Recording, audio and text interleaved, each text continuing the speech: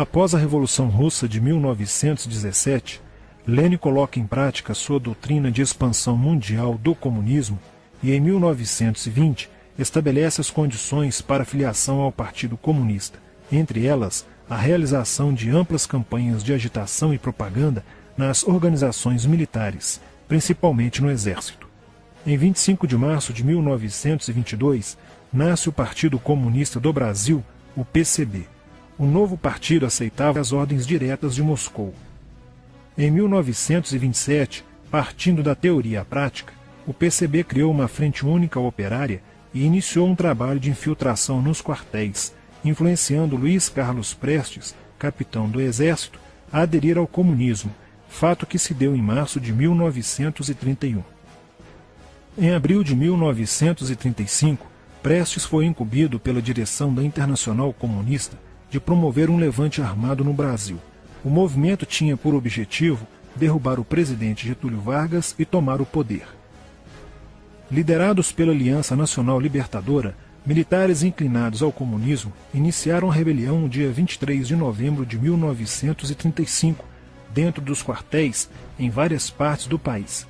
Mas devido à falta de organização dos ataques e à ausência do apoio popular, o exército derrotou os comunistas e evitou o golpe de Estado. Em seguida, Prestes é preso e perde a patente de capitão. Com o advento da Segunda Guerra Mundial e a invasão da Rússia pelos nazistas, a política exterior soviética muda e Stalin tenta ganhar o apoio das democracias ocidentais. O PCB redireciona sua política seguindo disciplinadamente a orientação de Moscou e apoia Getúlio Vargas. Após o final da Segunda Guerra Mundial, o PCB reinicia a agitação das massas populares e tenta desestabilizar o governo Dutra através de uma política conspirativa. Durante toda a década de 50, Moscou, através de suas redes apoiadas pelos partidos comunistas no mundo inteiro, tentava desestabilizar as democracias ocidentais. Como consequência, nessa época, em muitas universidades ocidentais, predominava uma visão social esquerdista, sendo que grande parte do terceiro mundo aclamava o modelo soviético como a estrada para a justiça social. Muitos intelectuais se declaravam marxistas. Assim, a conjuntura era altamente favorável ao comunismo, o que provocou sua expansão dramática até o final da década de 50, com a vitória da Revolução Cubana. Isso fez o PCB defender com mais intensidade a luta armada como a única solução viável e progressista dos problemas brasileiros.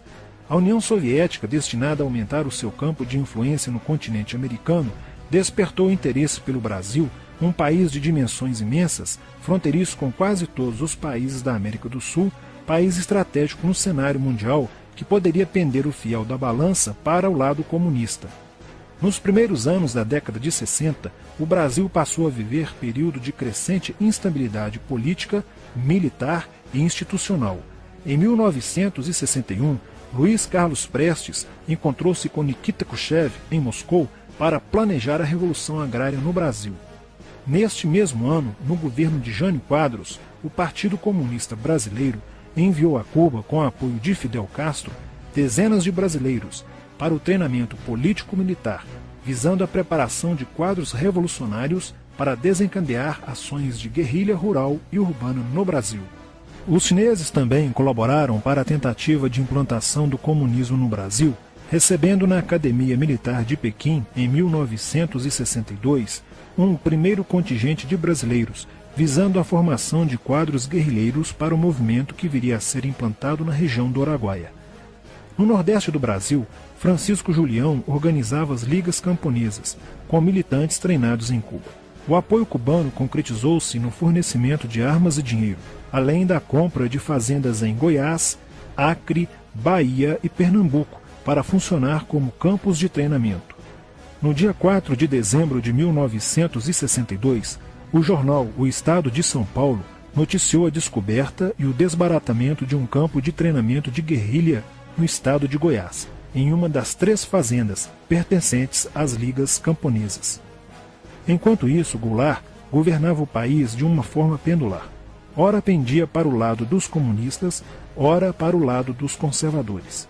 Em setembro de 1963, tudo indicava que o país caminhava para uma revolução de esquerda, principalmente com João Goulart apoiando a sindicalização de sargentos, promovendo a quebra da hierarquia e da disciplina nas Forças Armadas. Em 4 de outubro de 1963, Goulart solicita o estado de sítio ao Congresso Nacional, pelo prazo de 30 dias.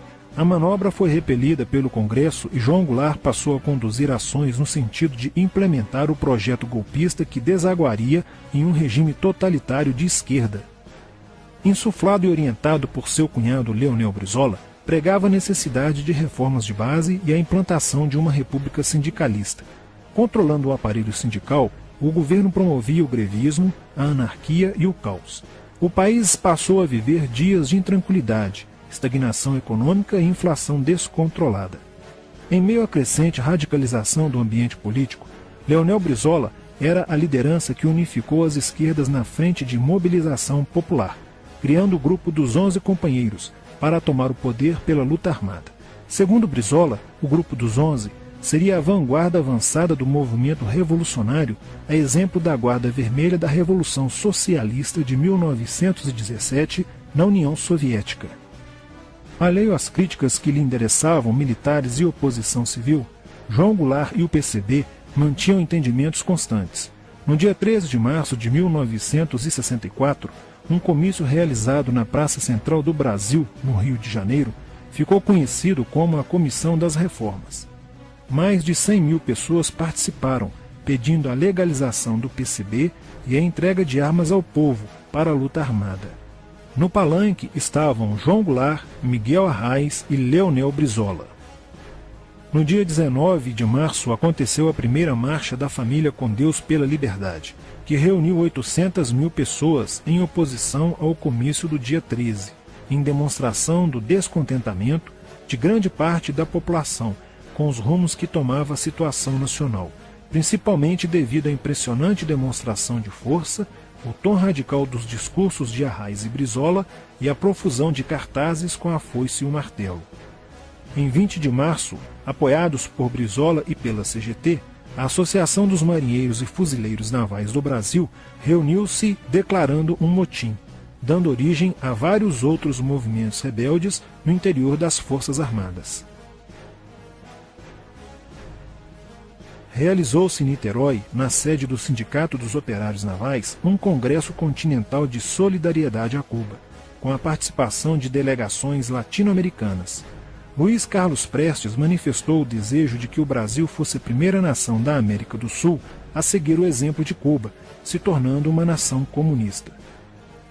Na véspera de 30 de março de 1964, João Goulart, ignorando o pedido de assessores e do seu líder na Câmara, Tancredo Neves, compareceu à sede do Automóvel Clube para uma homenagem da Associação dos Sargentos da Polícia Militar. No seu discurso, Goulart defendeu a mudança na Constituição para que pudesse concorrer às eleições presidenciais de 1965, desagradando a Carlos Lacerda, Magalhães Pinto e Juscelino Kubitschek, pré-candidatos à presidência da República. O golpe da esquerda já estava preparado para 1º de maio de 1964, caso o Congresso Nacional não aprovasse as mudanças. A imprensa brasileira, bem como importantes setores da Igreja Católica, do meio empresarial e a maior parte do Congresso Nacional exigiam ações das Forças Armadas para conterem os comunistas no Brasil.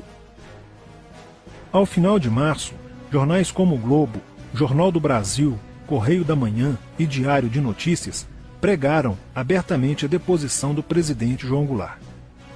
Nos bastidores dos acontecimentos, os serviços secretos dos Estados Unidos e da União Soviética trabalhavam intensamente, tentando cada um fazer a balança pender para o seu lado, não medindo esforços para levarem o Brasil a uma guerra civil. O general Olímpio Mourão Filho resolveu partir com suas tropas sediadas no estado de Minas Gerais para o Rio de Janeiro.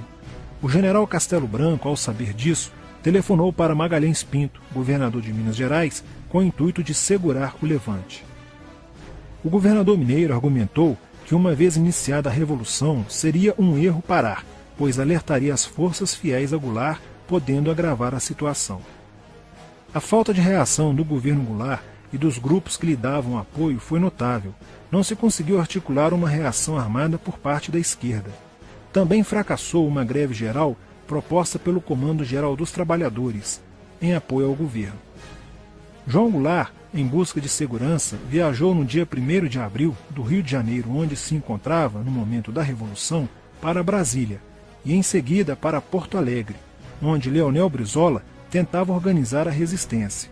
Mas João Goulart desistiu de um confronto militar com os revolucionários e seguiu para o exílio no Uruguai. No dia 2 de abril, o presidente da Câmara dos Deputados, Ranieri Mazzilli, assume provisoriamente a presidência da República e mais de 1 milhão de pessoas lotaram as ruas e praças do país para comemorar a vitória. No dia 11 de abril de 1964, o Congresso Nacional se reuniu para eleger o novo presidente da República. O general Castelo Branco, aclamado por grande parte da sociedade brasileira, apoiado pela imprensa e por importantes setores da Igreja Católica, além de contar com a aprovação de grandes líderes políticos, entre eles Juscelino Kubitschek, precisava de 238 votos para ser eleito em primeiro turno, e acabou recebendo 361 votos. No dia 15 de abril, Castelo Branco assume a presidência da República, consolida a vitória sobre o movimento comunista e renova as esperanças do povo brasileiro de ter um país com dias melhores.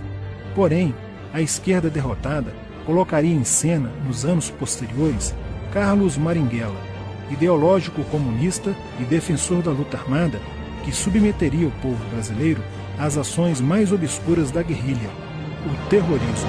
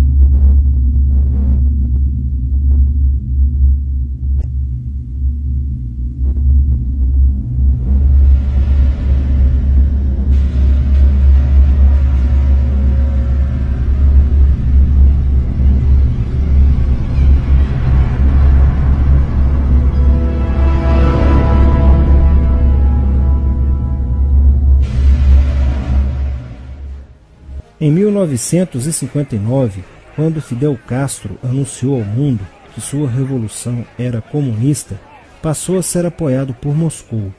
Com isso, a União Soviética iniciou uma campanha para dominar com a ideologia marxista a América Latina, onde os partidos comunistas formariam grupos de guerrilha armada com dinheiro soviético, repassado por Cuba.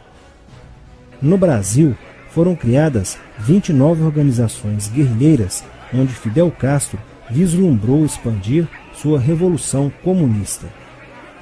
Em 1961, o presidente do Brasil, Jânio Quadros, condecorou o guerrilheiro cubano Che Guevara com a Ordem do Cruzeiro do Sul, sem imaginar que 4 meses antes o Partido Comunista Brasileiro acertara com Fidel Castro o envio de jovens brasileiros para o treinamento de guerrilha em Cuba, com a finalidade de preparar quadros revolucionários que desencadeariam a luta armada no Brasil.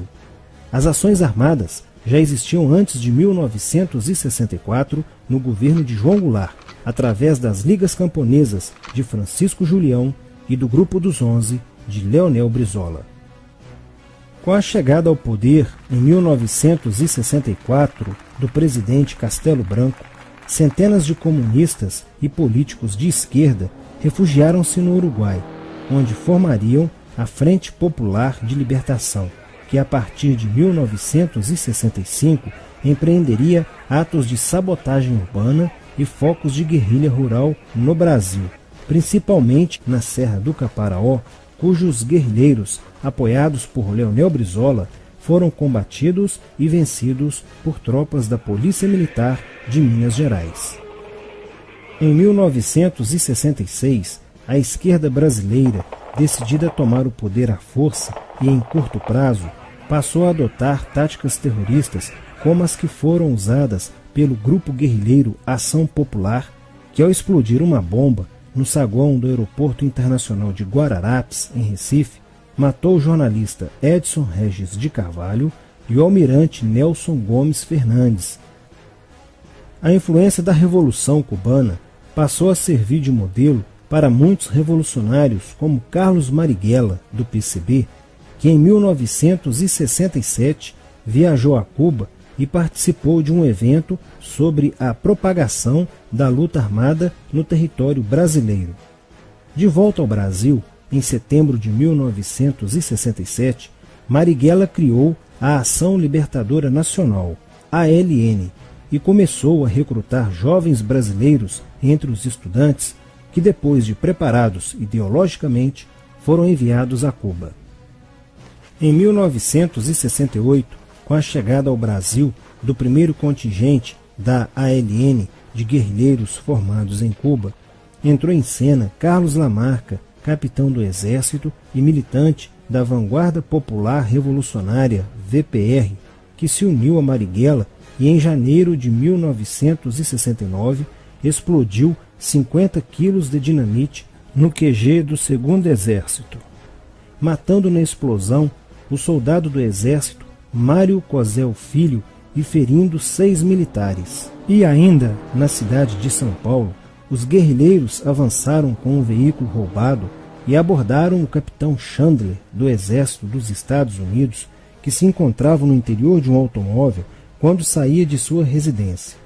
Chandler foi morto por uma rajada de metralhadora em frente da esposa e do filho de 9 anos.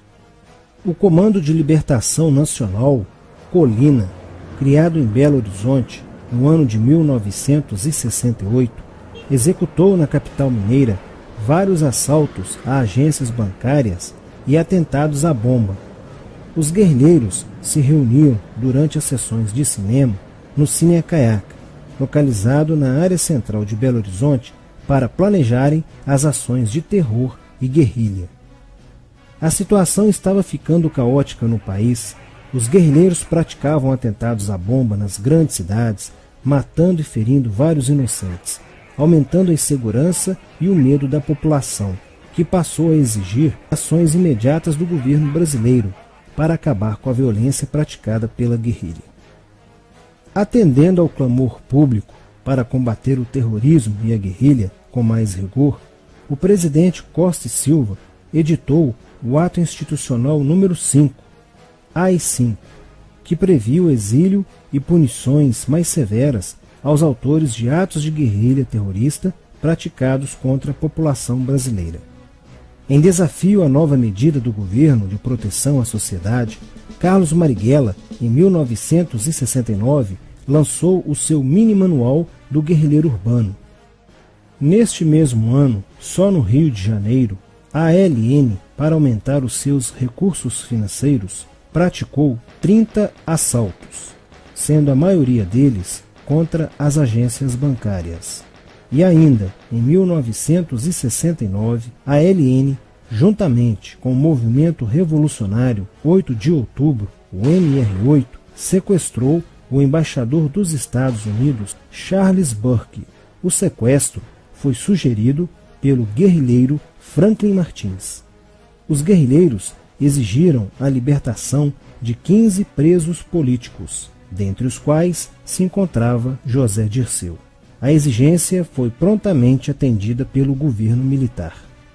A ALN estava prestes a sofrer um grande golpe quando Marighella começou a cair. Após a prisão de um militante de sua organização, no dia 1º de outubro de 1969, Os dados fornecidos pelo militante da ALN preso coincidiram com informações prestadas por outro militante da VPR, que também denunciou o envolvimento de vários religiosos com grupos de guerrilha, entre eles Frei Beto. Quando Frei Fernando e Frei Ivo, também envolvidos com os grupos guerrilheiros, foram presos e logo após interrogados, os religiosos entregaram o ponto de contato de Carlos Marighella, na cidade de São Paulo. No dia 4 de novembro de 1969, o ponto foi cercado pela polícia, onde Marighella, percebendo o cerco, reagiu e foi morto. Depois da morte de Marighella, centenas de guerrilheiros foram presos e mais de 300 armas apreendidas. 2 sequestros de diplomatas, o embaixador alemão Enfield von Hollenberg e o cônsul japonês Nobuo Okushi, foram feitos às pressas, para libertar os guerrilheiros que continuavam presos. Inspirados no marxismo cultural, vários militantes da esquerda brasileira iniciaram a estruturação de uma organização que se infiltrou nas faculdades brasileiras, bem como no meio artístico e cultural, e principalmente nas edições de jornais, setores estes com grande poder de influência sobre a formação da opinião popular. Durante as manifestações, vários militantes comunistas, usando armas de fogo, eram infiltrados no movimento estudantil e disparavam contra os manifestantes, na intenção de colocar a opinião pública contra o regime militar. Com a morte de Marighella, Lamarca havia assumido a posição de líder mítico, que sustentava a esperança na vitória comunista. Em 1970, quando o embaixador suíço Giovanni Butcher foi sequestrado, o governo se recusou a soltar os presos da lista apresentada pelos guerrilheiros. Depois de 40 dias de sequestro, os guerrilheiros quiseram matar o embaixador suíço. Porém, o governo militar cedeu e as exigências dos guerrilheiros sequestradores foram atendidas, preservando a vida do diplomata. Na cidade de São Paulo, o cerco sobre a vanguarda popular revolucionária, liderada por Carlos Lamarca, estava se fechando. Isso fez com que Lamarca fugisse para o Vale da Ribeira e montasse um campo de treinamento para a guerrilha. Na tentativa de descobrir este campo, tropas da Polícia Militar do estado de São Paulo foram deslocadas para a região. No dia 8 de maio de 1970, um pelotão comandado pelo tenente da Polícia Militar, Alberto Mendes Júnior, foi emboscado e rendido por guerrilheiros da VPR. O tenente Mendes foi feito refém e obrigado a seguir com os guerrilheiros na direção de 7 Barras. Depois de um dia e meio andando pela mata, Lamarca formou um tribunal revolucionário e decidiu matar o tenente Mendes, que teve o crânio esmagado por coronhadas de fuzil desferidas pelos guerrilheiros Diógenes e Fujimori. Apesar do cerco, Lamarca conseguiu escapar e em 1971 chegou ao sertão da Bahia. Depoimentos de guerrilheiros presos em Salvador levaram o exército ao esconderijo de Lamarca, que, estando armado de metralhadora, reagiu à prisão e foi morto. Após a morte de Lamarca, o número de militantes presos era bem maior que o número de guerrilheiros em ação no Brasil. Os guerrilheiros, percebendo que o cerco estava se fechando, passaram a sequestrar aviões comerciais e obrigar o piloto a desviar para outro país, onde pudessem se exilar. 4 desses aviões foram desviados para Cuba. Os guerrilheiros comunistas estavam perdendo a guerra. Os militantes que abandonavam as armas eram acusados de traição nos tribunais vermelhos e executados pelos próprios companheiros, em atos de justiçamento.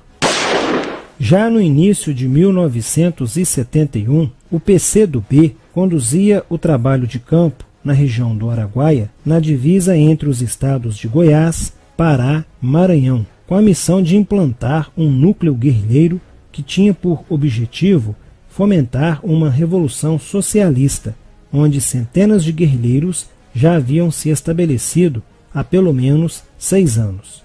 No início de abril de 1972, o presidente Médici enviou à região do Araguaia equipes especializadas em inteligência que, da busca do conhecimento sobre a atividade clandestina, logo efetuaram as primeiras prisões, entre elas a de José Genuíno, primeiro guerrilheiro preso no Araguaia. Logo após, o exército sofreu as suas primeiras baixas, ao ter um grupamento emboscado por elementos liderados por Oswaldo Orlando da Costa, conhecido por Oswaldão. Isso fez com que o exército passasse a empregar tropas convencionais que cercaram toda a região do Araguaia. Com a derrota cada vez mais próxima e com o total abandono logístico do PCdoB, ao qual os guerrilheiros foram relegados, sem armas, comida e remédios, vários militantes da guerrilha encurralados quiseram se entregar, mas foram mortos pelos próprios companheiros em atos de justiçamento.